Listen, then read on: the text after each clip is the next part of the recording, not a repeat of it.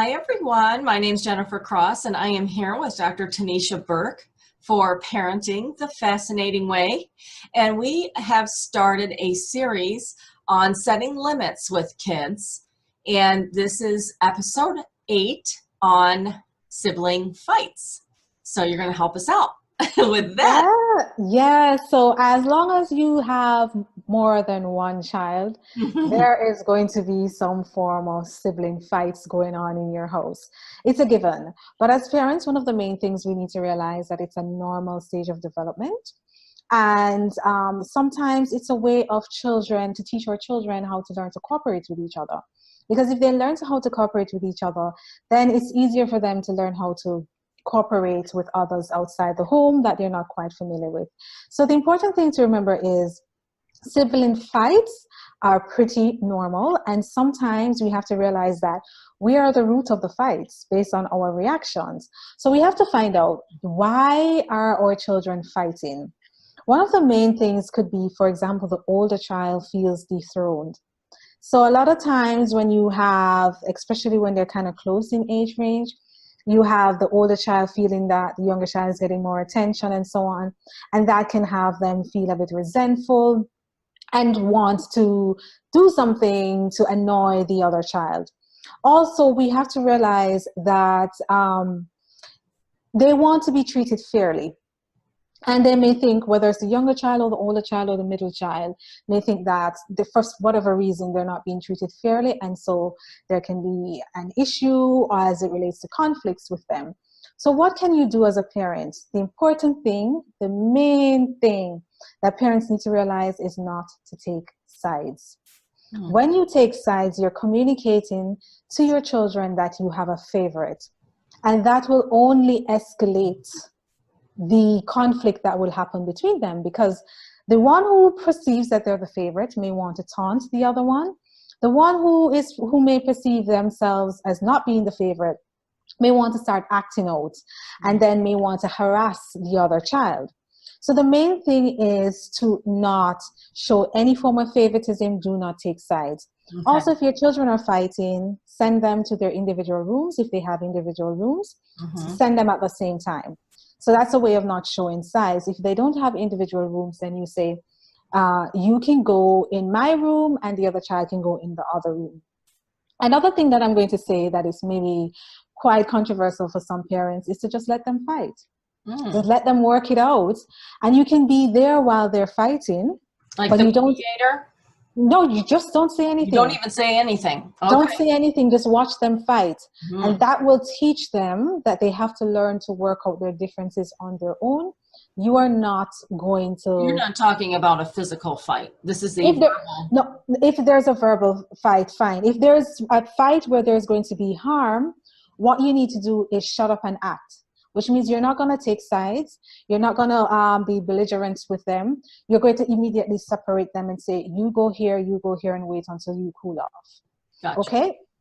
Or if they're having conflicts, you can say to them, I am not going to sit and watch you fight each other. If you want, you can stop fighting right now, or you can go outside and finish your fight. So you're seeing that, you're telling them that you guys have to work it out. I'm not going to get in the middle of it. I'm not going to take sides at all. If they're fighting over the Xbox or any of those games or anything in general, remove it. Don't say anything. Just pick it up and remove it. Okay. They're going to sit and realize, wait, none of us is benefiting. It's a lose-lose. And all you can say is, I will not give you back this toy or this device until you guys have agreed on a way that you're going to work it out with each other. Is it that one is going to play at 4 o'clock and the other one uses it at 6? They have to come together and decide when they're both going to use it or they're not going to get it back. Another thing you can do is actually leave the room. So if you leave the room, the kind of attention that they're getting or they hope to get from you is no longer there, and they're realizing, oh, we can't use this to get mom to take sides or to see who is the favorite and so on. And another thing that we've been advocating a lot for the past couple of series is to make sure you put it on the family meeting agenda. So you can say to the children, if this is such a big issue for you, then put it on the agenda and we will work it out. We'll find a way to work it out. So you might be thinking, okay, my children haven't started to fight yet. What are some of the preventative measures? The main thing is do not compare. Do not compare your children to each other. Don't say, why can't you do this as good as your sister or your brother? Why can't you be as kind? Mm. That kind of thing builds resentment in your children. And again, they would want to push back. Okay, again, second thing, family meetings.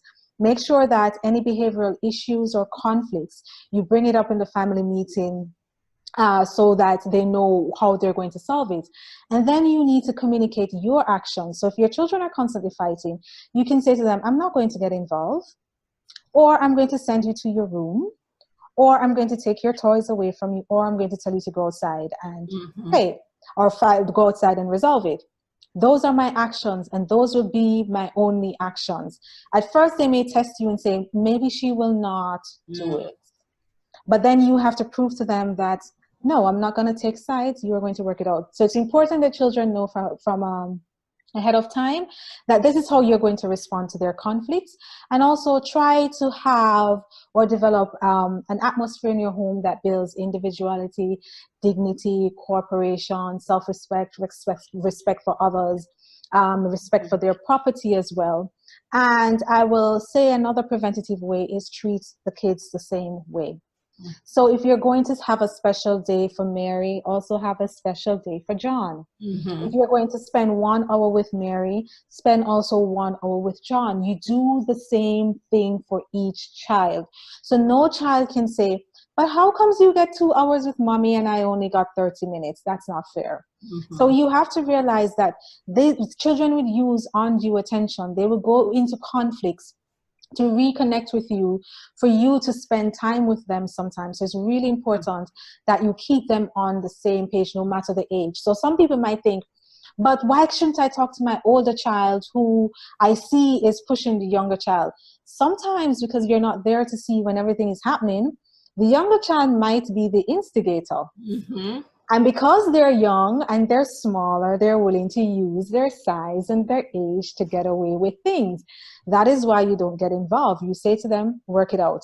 If there's going to be fist fighting and hurting, then that's when you jump in the middle of it and say, no, this is not acceptable. You go here, you go here. And when everybody is calm, we work it out as a family.